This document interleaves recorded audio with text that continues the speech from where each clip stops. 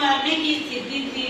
मुझे एक नौकरी की तलाश थी, मगर नौकरी मिल ही नहीं रही थी। मैं जोर शोर से स्वयं भी नौकरी की तलाश कर रहा था और अपने दोस्तों से भी कह रहा था कि अगर उनकी नज़र में मेरे योग्य कोई नौकरी हो तो बताएं। इन्हीं बेकारी के दिनों की बात है। मैं अपने एक मित्र से मिलने उसके घर गया। उसका घर मेरे घर से दूर था। इधर मेरी जेब खाली थी, इसलिए मैं पैदल ही गया। वहां तक पहुंचते पहुंचते थक गया, इसलिए उसके घर में घुसते ही सीढ़ियों पर सुस्ताने के लिए बैठ गया।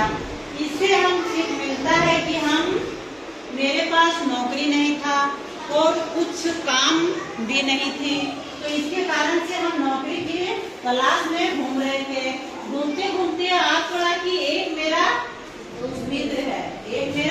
मित्र है यानी दोस्त है, तो क्यों ना हम उसके घर जाऊं। तो मेरे जेब में कुछ पैसा नहीं था, इसके कारण से हम क्या किए कि पैदल ही चल दिए। क्या किए? पैदल ही चल दिए। तो जाते जाते क्या हुआ कि हम थक गए तो हम मित्र के घर के अंदर भी नहीं जा पाए। इतना थक गए कि सीढ़ी पे ही हम बैठ गए। बैठने के बाद तभी वहाँ एक भिखारिया पहुँचा। उसने समझा मैं उसी मकान में रहता हूँ। भिखारी बोला, बाबूजी एक कटोरा आया। तो वो समझा कि लेखक जो सीढ़ी पे बैठा था, तो भिखारी समझा कि ये जो बैठा है तो घर का मालिक ही है, लेकिन मालिक नहीं था, घर का मालिक का एक मित्र था।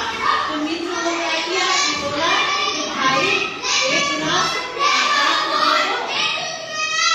मैंने उसे झिकड़ते हुए कहा, मेरे घर में आटा नहीं है।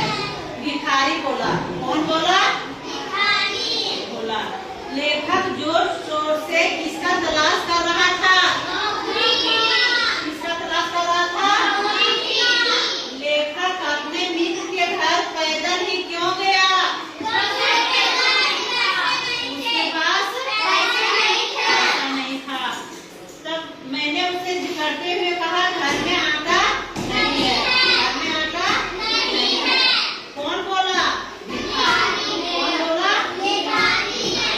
तो कोई फटा पुराना कपड़ा ही दे दो। चैप्टर यही समाप्त करती हूँ। नेक्स्ट मंडे को बनाएंगे। ओके।